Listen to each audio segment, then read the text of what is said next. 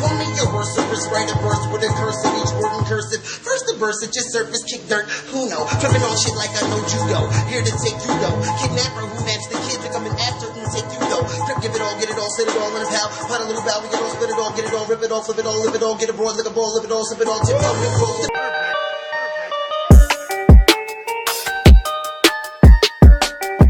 What up guys, Ali here, and welcome to the channel.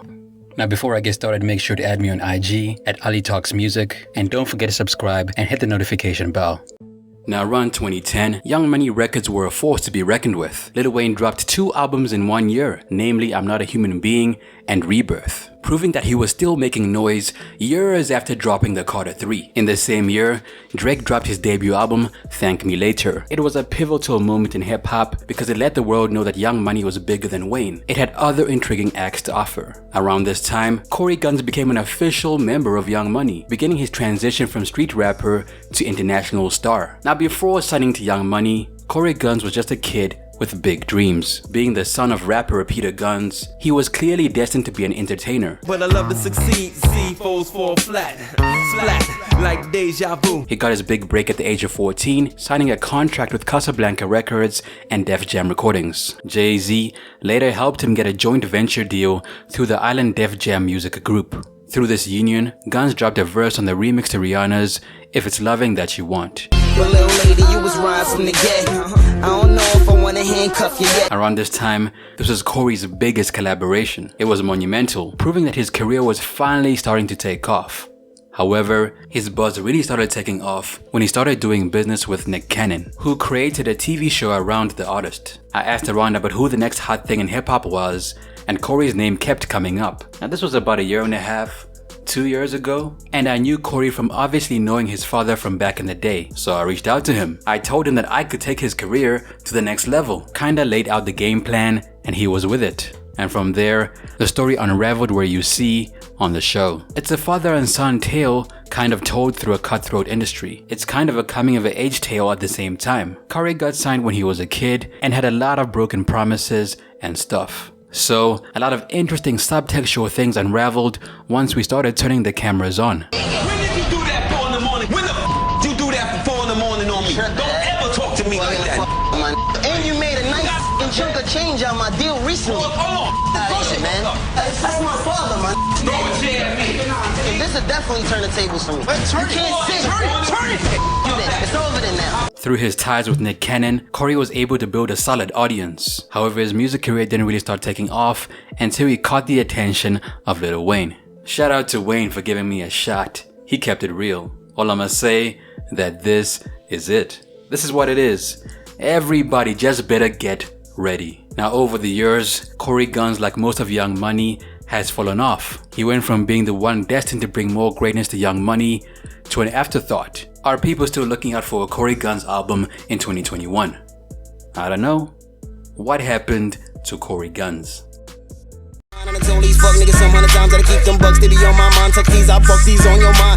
From about 2005 to 2008, Cory dropped a whole slew of mixtapes, further crafting a lane for himself in the world of hip-hop. They created so much buzz for the young artist that DJ Drama decided to work with him, releasing a project called Heir to the Throne around 2009. Cory was truly on the rise. Around 2008, Lil Wayne dropped his most successful album to date, The Carter 3. The album came in at #1 on the Billboard 200, selling over 1 million copies in the first week. The album's impact was huge. So huge in fact that one could almost say that it changed the game and also gave Lil Wayne a platform to let loose a style of hip-hop that is still mimicked to this day. To create momentum for his studio album, Lil Wayne dropped his hit single Lollipop and followed it up with the more grimy A Milli.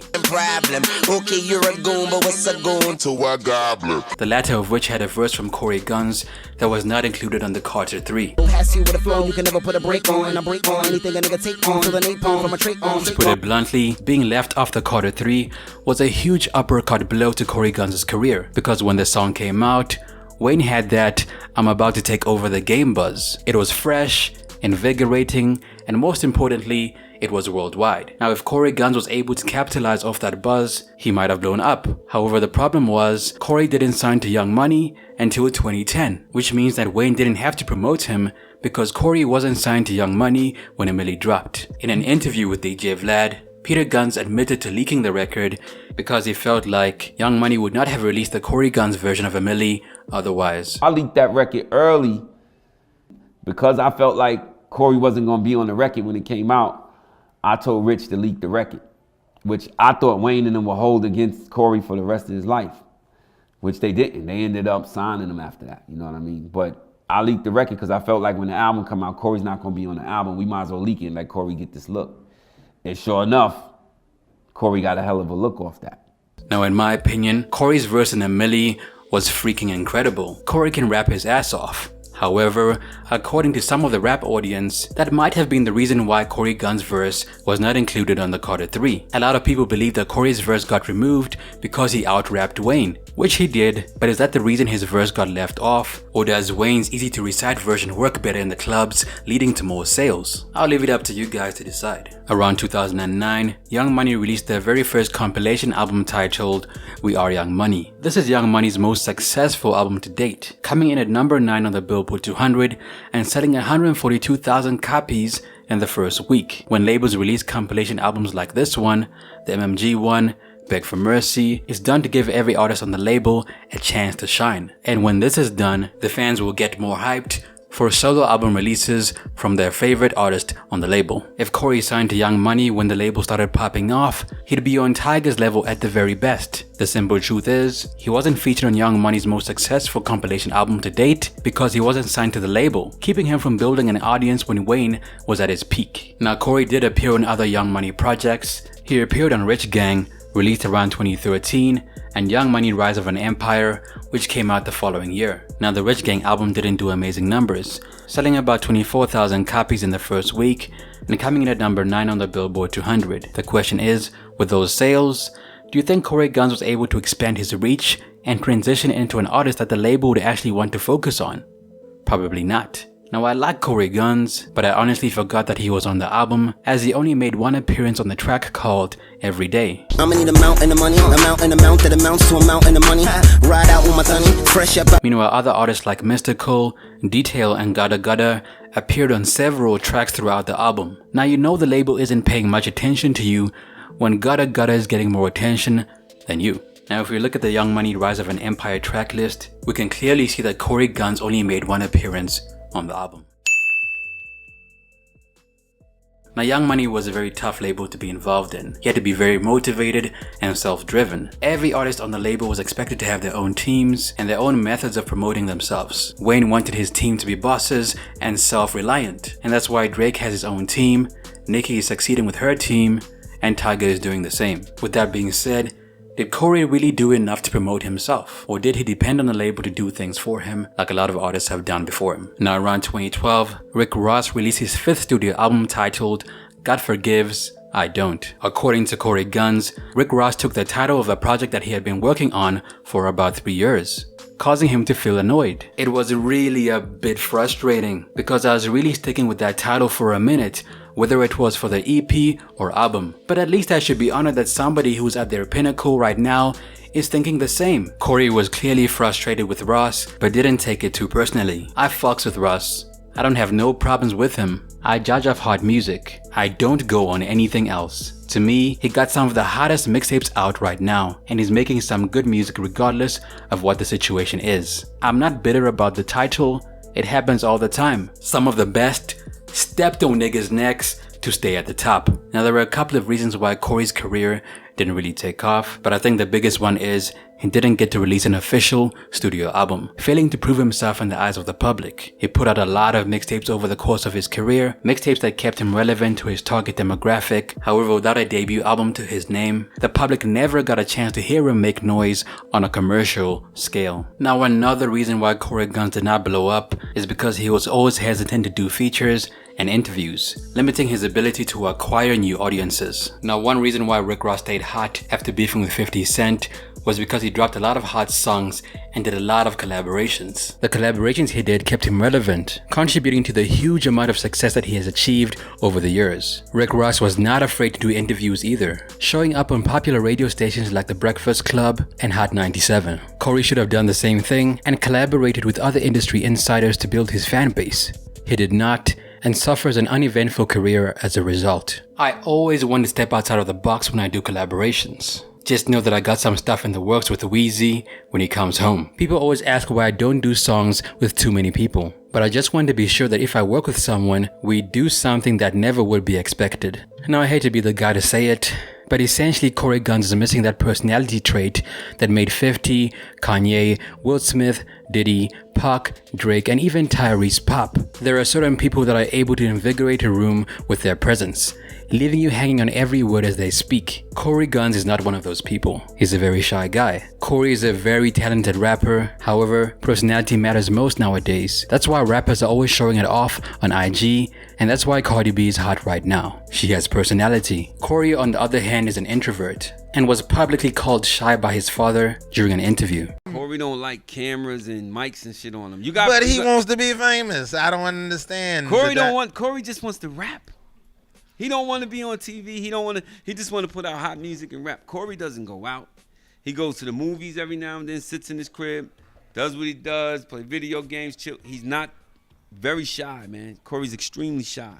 Now, as far as the music goes, Cory has been teasing his Criminal Minded EP for years, a project made to pay respect to KRS-One. I'm currently working on an EP titled Criminal Minded. It's an ode to KRS-One, but at the same time, I don't want people to think I'm redoing his whole thing. It's basically, to sum everything up, it's just being a prisoner of your thoughts.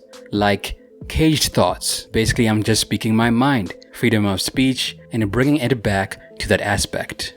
To this day, the project has not come out yet. Now, around 2012, Cory got arrested for weapons possession of a loaded firearm, just got out of a cab, and police ran up on him and they were wearing plain clothes. He didn't even know they were cops. He thought he was getting robbed. During this time, Peter Gunz advised Cory to stop dropping music frequently because a rapper that is constantly in the public eye can easily be made an example of. Instead, Cory laid low and in the process avoided a lengthy prison sentence. Cory signed to Young Money, but he got caught with a firearm in the Bronx. He was facing 3 to 9, but the judge came down to 2.5. It was Cory's first offense. He's never been in trouble, so I was trying to get them to move that off the table. But you know, when you're a rapper, black, and they're just hot on guns in the city. So Young Money put up a lot of money. We fought, and I kept Cory quiet. He didn't put out a lot of music.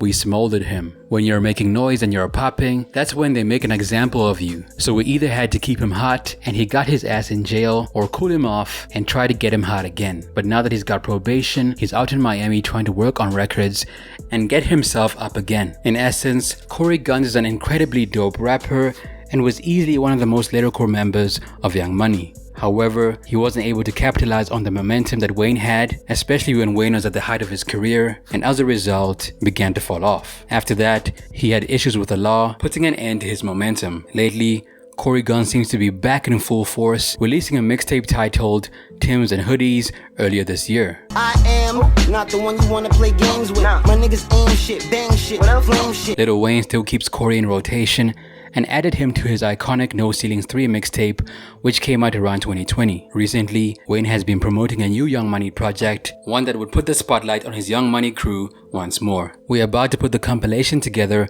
with all the artists together on one album. That sets up everything for everybody so they could start coming out with their solo projects as well. Hopefully this project will give Cory enough momentum to finally drop his debut album. Cory gets about 25,000 monthly listeners on Spotify, and the most popular songs on the platform for him are Foreign, Green Goblin, and Speak My Language, featuring Lloyd Banks and June Summers. You don't know the history, nigga? Then learn mine. My pop made a name for himself, but earn mine. Couple of the same mistakes, third time. Couple grips and some niggas from Burnside. Niggas wouldn't exist if it wasn't for where I'm from, pussy. You're all fucked if I put up a dumb pussy. I try to be humble, but life isn't quiet. I had to learn to fight with the fire, a knife and a riot. And straight till I'm tired on the mic, I'm a mic is demise. You trifling liars are rhyming like your life is the wire. I was really the type on the bicycle track with the riders. Cycles with prior, stuck in the same cycle as dryers. But they try to pull a right from the fryers. I pull us right from the virus. Trying to take us to the Eiffel and fly us, you feel me? You niggas rhyming about your block like you saying something. Where I'm at so hot, I ain't saying nothing. This week's post notification shoutouts go to C Law, David Ogletree, and Hania Monroe. Thanks for being a part of the fam and turning on your notification bell. That's it for me, man. It's your boy Ali. What happened to Cory Gunz in your opinion? Let me know down below. Video requests, be sure to let me know down below as well. New What Happened to video dropping next week. Also add me on Instagram at Ali Talks Music. Till next time, peace.